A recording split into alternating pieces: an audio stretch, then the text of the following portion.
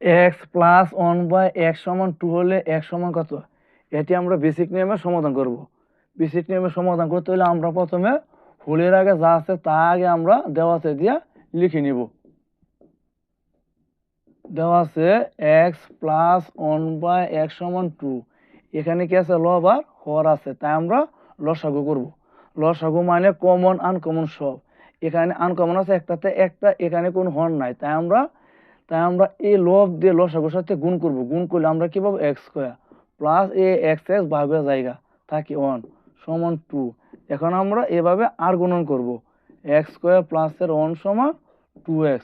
এখন আমরা সবগুলো এক সাইডে আনবো। প্লাসের 2x মাইনাসের 2x প্লাসের 1 সমান 0। আমরা কি জানি এক সাইড থেকে অন্য সাইডে গেলে চিহ্ন পরিবর্তন হয়ে আসে। এখন আমরা এটা কি ধরবো? এ, এটিকে আমরা কি ধরবো? বি। এখন আমরা সূত্র প্রয়োগ করবো। এ স্কোয়ার মাইনাস সূত্রে 2a B plus B square সমান 0।